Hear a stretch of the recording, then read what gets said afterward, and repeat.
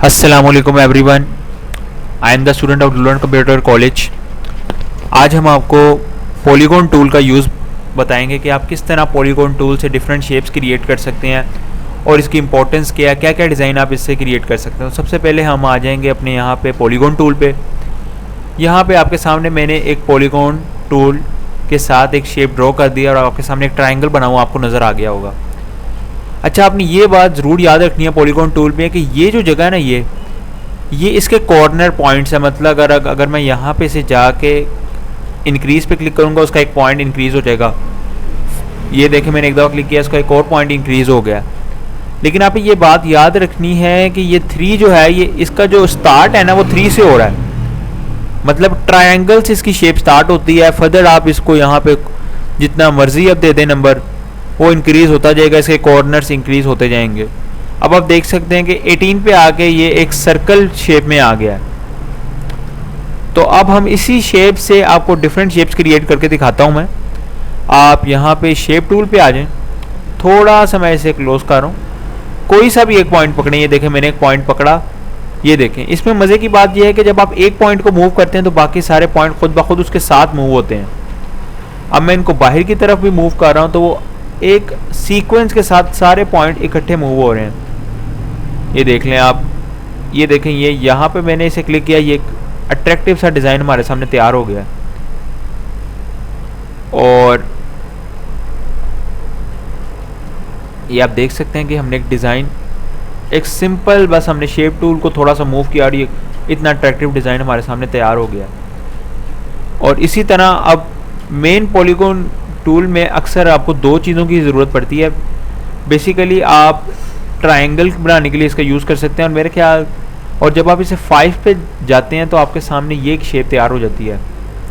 आप दोबारा इसमें अब शेप टूल पे आएँ। जब इसके 5 कॉर्नर्स हो जाएं, कोई सा एक कॉर्नर पकड़ें। जब आप इसे कोई से एक कॉर्नर को पकड़ेंगे तो ये आपके सामने एक स्टार शेप तैयार हो जाएगी। मिसाल के तौर पर अगर आपको कोई स्टार डिज़ाइन बनाना है तो आप ईजिली पॉलीगॉन में 5, याद रखिएगा उसके पॉइंट्स को 5 पे जब आप सेट करेंगे ना, 1 मिनट, ये पिक टूल में मैं आ गया। जब आप इसके पॉइंट्स को 5 पे सेट करेंगे और तब जाके इसे शेप टूल की मदद से मूव करेंगे, तब आपके सामने एक स्टार शो होगा।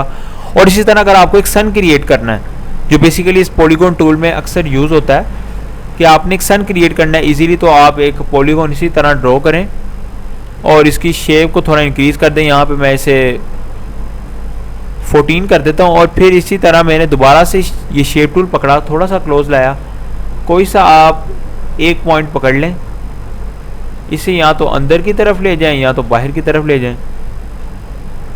और ये मैंने इनको अंदर की तरफ लाके छोड़ा तो आपके सामने एक सन तैयार हो, सन की एक आउटर स्ट्रक्चर तैयार हो गया। यहाँ पे आप दोबारा इसे पिक टूल पे आ जाएं और यहाँ से आके इसे कलर दे दें। तो ये मैंने इसे कलर दे दिया। एक सर्कल ड्रॉ कर लें यहाँ पर आके, इसको भी आप कलर दे दें।